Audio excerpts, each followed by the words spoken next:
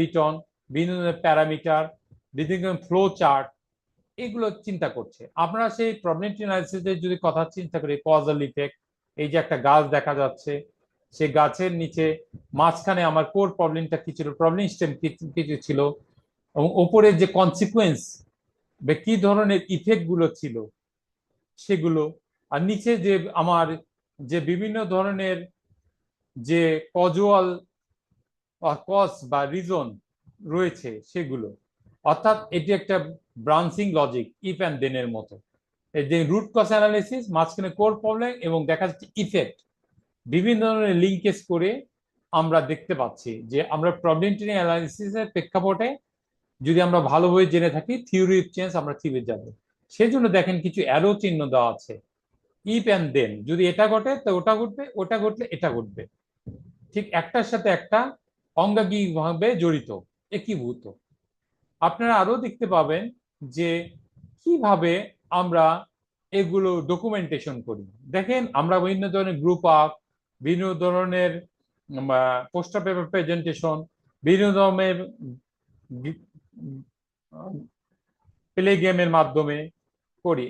যেমন আমরা ইনক্লুশন করি, এক্সক্লুশন করি, এরপরে আমরা কিছু হাইপোথেসিস টেস্টিং করি, আমরা কিছু স্যাম্পলিং ফ্রেম স্ট্র্যাটেজি করি, যে কোনগুলো নিব কোনগুলো নিব না, কোনগুলো ডিসকার্ড করব বাদ দিব, কোনগুলো ঠিক মতো রাখবো।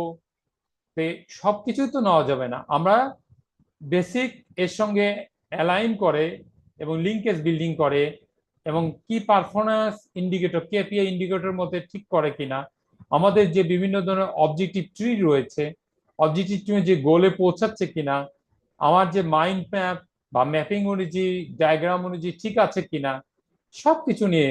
এই জন্য আমাদের অনেক series of meeting, dissemination workshop, অনেক কিছু করতে হয়, a series of seminar, step by step. এটা একদিনের কাজ না, আমাদের বিভিন্ন ধরনের সেক্টরাল এক্সপার্টিস থাকতে পারে অর্গানাইজেশনে, সেখানে বিভিন্ন এক্সপার্টদের নিয়ে একটা মিলবন্ধন, আবার বিভিন্ন ধরনের স্টেক হোল্ডার রয়েছে, ডিরেক্ট ইনডিরেক্ট বেনিফিশিয়ারি রয়েছে, তাদের নিয়েও বিভিন্ন ন্যারেটিভ, বিভিন্ন ডিসকাশন, বিভিন্ন ধরনের লেম্যান সামারি, সবকিছু নিয়ে, বিশেষ করে রেজাল্ট, এবং রেজাল্টের মধ্যে ব্যাকগ্রাউন্ড থাকবে, ফাইনাল গোল থাকবে, স্টেপটা থাকবে, কোন পথে যাচ্ছে, এই বিষয়গুলো আমাদের দেখতে হয়।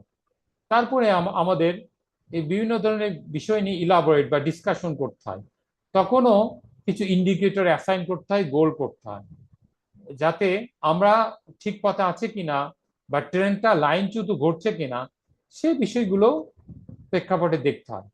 তারপরে দেখা যায় যে আমরা নির্দিষ্ট পথে আমরা নির্দিষ্ট ধরনের মানে একটা বিন্দুতে আমরা পৌঁছাইতে পারি। ধন্যবাদ সকলকে পার্ট 2 দেখার জন্য, অশেষ ধন্যবাদ।